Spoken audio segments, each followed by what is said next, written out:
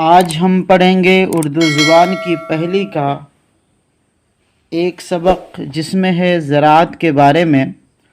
کھیت، یہ جو مینڈوں سے گھرے ہوئے زمین کے قطعے تم دیکھتے ہو، یہی تو کھیت ہیں جو مینڈوں سے کھیت کی حد بندی اور حفاظت ہوتی ہے۔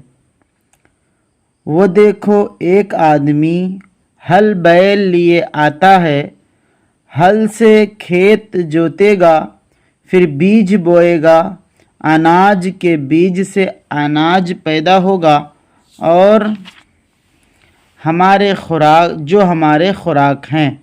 کپاس کے بیج سے روئی پیدا ہوگی جس سے ہماری پوشاک بنے گی۔ گنے کے ٹکڑے بوئے گا تو اوخ پیدا ہوگی، اس کو کولہوں میں پیل کر رس نکالیں گے، رس کو پکا کر کڑا اور راب بنائیں گے، راب سے شکر بنے گی، شکر سے طرح طرح کی مٹھائیاں تیار ہوں گی۔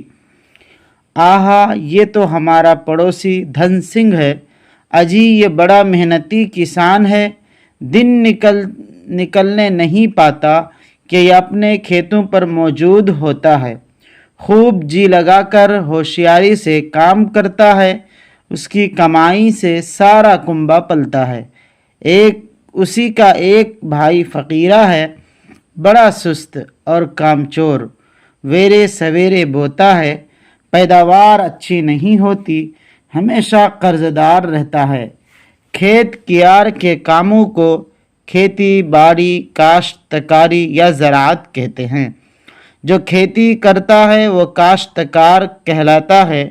جو سویرے سویرے اپنے کھیتوں پر جاتا اور کام میں جی لگاتا ہے، وہی کھاتا کماتا اور نفع اٹھاتا ہے، اڑے وقت کے لیے کچھ بچاتا ہے۔ بس آج یہیں تک، ملتے ہیں نیکسٹ ویڈیو میں، تب تک کے لیے خدا حافظ۔